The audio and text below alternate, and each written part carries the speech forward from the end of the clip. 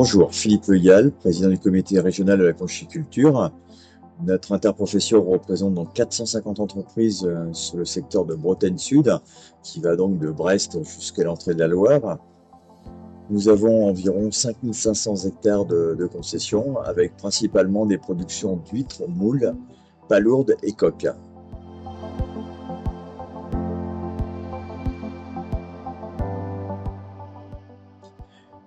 La barge conchylicole réalisée dans le cadre de notre projet est un prototype qui voulait et qui veut montrer que l'on peut utiliser l'électricité à 100% sur un bateau conchylicole.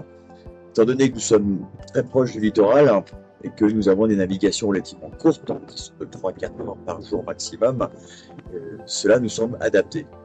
Alors effectivement, nous avons construit cette barge sur les matériaux existants sur le terrestre. On s'est beaucoup rapproché des voitures en fin de compte.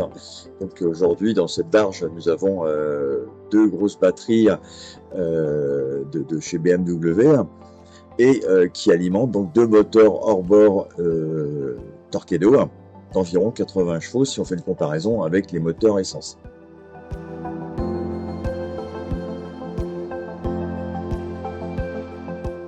Et donc, cette construction a bien sûr nécessité de l'innovation. On a dû réfléchir, on a dû regarder comment on pouvait adapter notre méthode de travail tout en alourdissant de batterie, mais ceci a été relativement eu peu d'impact, en tout cas sur la flottabilité.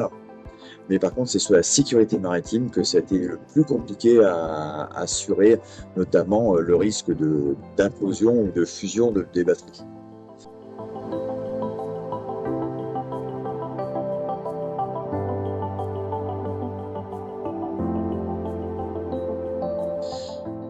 Ces derniers temps, nous avons donc expérimenté différentes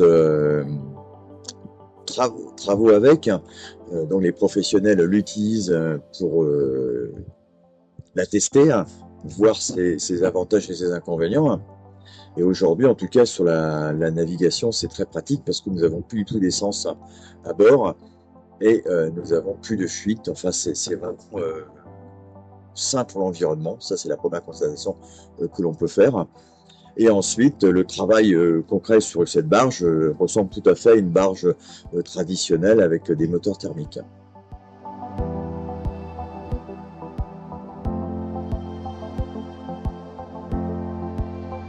Cette barge a coûté 250 000 € au comité régional. Elle est aussi équipée de panneaux photovoltaïques parce que nous avions et nous avons testé la possibilité de pouvoir recharger les batteries sur corps mort.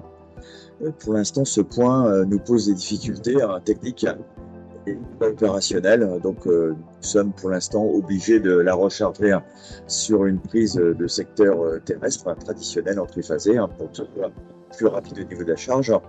Mais ça, c'est, je pense, le point d'amélioration que l'on doit travailler pour les années à venir, afin que, comme nos barges sont relativement souvent sur les corps morts, et que, avec la luminosité, je pense que la recharge pourrait se faire d'une manière autonome directement sur le bateau.